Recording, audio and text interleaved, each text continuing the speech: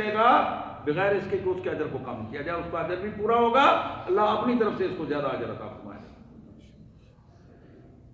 قلنا یا رسول اللہ لیس کلنا نجد ما یفطر بہ الصائم، جناب سلمان کہتے ہیں کہ ہم میں صحابہ نے عرض کیا یا رسول اللہ صلی اللہ علیہ وسلم، غریب آدمی ہیں، مزدور ہیں، ہم میں سے اکثر سارے ایسے نہیں ہیں کہ جو بڑا دسترخوان لگا کے افطاریاں کروائیں اور لوگوں تک راشن پہنچائیں اور دیگر، ہمارا کیا بنے گا، ہمیں کیسے ثواب ملے گا؟ یہ غرباء کے لیے اسپیشل پیغام ہے، کم وسائل والے بھائیوں بہنوں کے لیے اسپیشل پیغام ہے۔ میرے آقا صلی اللہ علیہ وسلم نے فرمایا کہ تم اپنے وسائل کے مطابق کسی کو 2 گھونٹ پانی پلا دو، کسی کو 2 گھونٹ دودھ پلا دو، 2 کھجوروں سے کسی کا روزہ افطار کرا دو۔ حضور صلی اللہ علیہ وسلم نے فرمایا کہ جتنا ثواب اس بڑے دسترخوان والوں کو اللہ تعالیٰ دے گا، تمہیں بھی اتنا ہی ثواب اللہ تعالیٰ عطا کرے گا۔ بات صرف نیت کی ہے کہ تم کتنے خلوص کے ساتھ یہ کام کر رہے ہو۔ پھر اللہ کے رسول صلی اللہ علیہ وسلم نے فرمایا لوگوں، جس نے کسی روزہ دار کی پیاس بجھائی افطاری کی صورت میں، اللہ تعالیٰ کل قیامت کے دن حشر میں میرے حوض سے اس کو پانی پلائے گا، اور جس نے میرے حوض سے پانی پیا لم یظمأ حتی یدخل الجنہ، جنت میں داخلے تک اس کو پیاس نہیں لگی۔ یعنی دوسری بات اللہ کے رسول نے یہ بھی فرمائی کہ جس کو اللہ نے یہ اجازت دے دی کہ وہ میرے حوض سے پانی پی لے، اس کے لیے یہ سرٹیفکیٹ بھی ہے کہ وہ سیدھا جنت میں جائے گا، پھر اس کے لیے رکاوٹ نہیں ہوگی۔ حوض کوثر میں پانی صرف وہی پیے گا جو جنتی ہے، جنتی کے علاوہ وہاں جا ہی نہیں سکے گا۔ میرے پیارے بھائیوں، آخری 2 باتیں جو اس خطبے کی ہیں اللہ کے رسول صلی اللہ علیہ وسلم نے فرمائی۔ اس کا پہلا حصہ وَهُوَ شَهْرٌ أَوَّلُهُ رَحْمَةٌ أَوْسَطُهُ مَغْفِرَةٌ وَآخِرُهُ عِتْقٌ مِّنَ النَّارِ۔ بعض بھائی اس پہ اعتراض کرتے ہیں، لیکن یہ حدیث کے الفاظ ہیں، اب میرے پاس اس کا کوئی اور حل نہیں ہے۔ پہلا حصہ رحمت ہے، دوسرا مغفرت ہے، اور تیسرا جہنم سے آزادی ہے۔ یہ حضور صلی اللہ علیہ وسلم نے تینوں کی تقسیم فرما دی ہے۔ اپنے گناہوں کو بخشوانے کی کوشش کریں، جہنم سے آزادی کی کوشش کریں، اور اللہ کی رحمتوں کو سمیٹنے کی کوشش کریں۔ آخری بات جو رسول اللہ صلی اللہ علیہ وسلم نے آخری جملہ ارشاد فرمایا اپنے خطبے میں، وَمَنْ خَفَّفَ عَنْ مَمْلُوكِهِ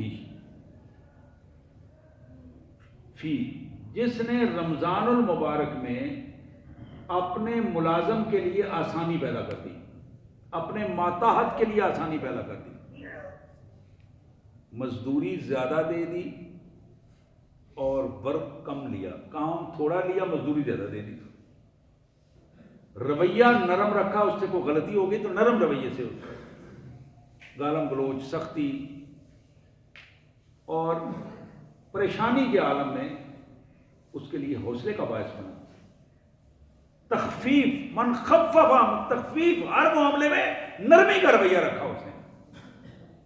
نبی رحمت صلی اللہ علیہ وسلم نے فرمایا یہ وہ بندہ ہے غفر اللہ لہ فآتقہ من النار، اللہ اسے 2 اجر عطا کریں گے، اسپیشلی اس کے گناہوں کو بھی معاف کریں گے اور اس کو جہنم سے بھی آزاد کر دیں گے، اپنے ماتحت بندے کے ساتھ اچھا رویہ رکھنے کی وجہ سے۔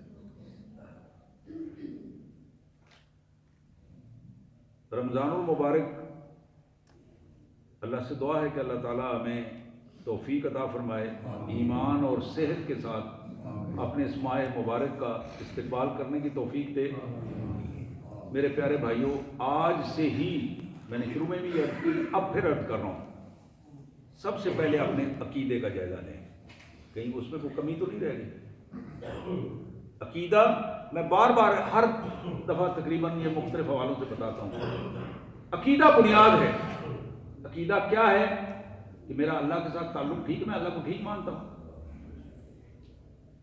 ایسا تو نہیں ہے کہ میرا جب مفاد ہو تو میں نعوذ باللہ اللہ کو بندوں سے بھی پیچھے چھوڑ دیتا ہوں، تو پھر بندوں کے سامنے جھکنا شروع کر دیتا ہوں۔ یہ عقیدے کا پہلے جائزہ لیں. اصل میں سارا کام بنیاد عقیدے پر ہے. اسی طرح میں محمد رسول اللہ علیہ وسلم کی سنت کو کیسے ترجیح دیتا ہوں کہ جب میرا دل کرتا ہے، کھانے پینے کو دل کرتا ہے، پہننے کو دل کرتا ہے، سونے جاگنے کا کے رویے ہیں، ان میں محمد رسول اللہ کے طریقے کو ترجیح دیتا ہوں یا اپنی مرضی کرتا ہوں؟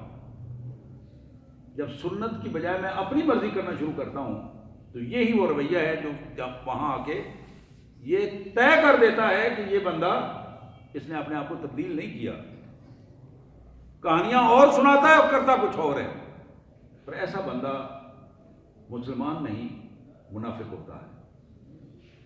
وہ کوئی بڑی کلگی والا ہو، بڑی تبلیغیں کرنے والا ہو، یا کوئی کسی بھی حالت میں بیٹھا ہو، جب اس نے اپنے رویے میں دوگلا پن بنا دینا ہے، منافقت بنا دینی ہے عمل اور نظریات میں، پھر وہ بات بننی نہیں اس کی. اس حوالے سے میں عرض کر رہا ہوں، عقیدے پہ نظر رکھیں، اپنی عبادت پہ نظر رکھیں. لمبے چوڑے نفلوں کی ضرورت تو نہیں ہے، لیکن جو آپ کی عبادت ہو وہ خالص اللہ کے لیے ہو اور اللہ کے ساتھ تعلق پہ اس مبنی ہو. آپ کو عبادت کرنے میں لطف محسوس ہو، پتہ ہو، سرور آئے کہ میں اپنے مالک کو حضور حاضری دے کے آیا ہوں. اسی طرح اپنے معاملات پہ نظر رکھیں. معاملات، لینے دینے کے معاملات، رویے، معاملات، کسی کا حق نہ کھائیں. اپنے لینے دینے کے معاملات کو درست رکھیں. اسی طرح اخلاقیات پہ نظر رکھیں. زبان ہے، نظر ہے، ہاتھ ہے، پاؤں ہے، شرمگاہیں ہیں، حیا ہے، عفت معابی ہے. یہ وہ پہلو ہیں کہ جو اس رمضان سے پہلے بندہ اپنے آپ کو تیاری کر کے لے جائے گا تو آپ یقین کریں اس کو رحمت بھی ملے گی، مغفرت بھی ملے گی، جہنم سے آزادی بھی ملے گی. لیکن جو آلودگی کے ساتھ، گندے کپڑوں کے ساتھ، گندے ذہن کے ساتھ، گندی نظروں کے ساتھ، گندے اعضاء کے ساتھ، گندی سوچ کے ساتھ اور پراگندہ دل کے ساتھ اللہ کو دور جائے گا تو اس کو پھر ملے گا بھی وہی کچھ. اللہ سے دعا ہے اللہ تعالیٰ اس تیاری میں ہماری مدد فرمائے. واخر دعوانا الحمدللہ رب العالمین.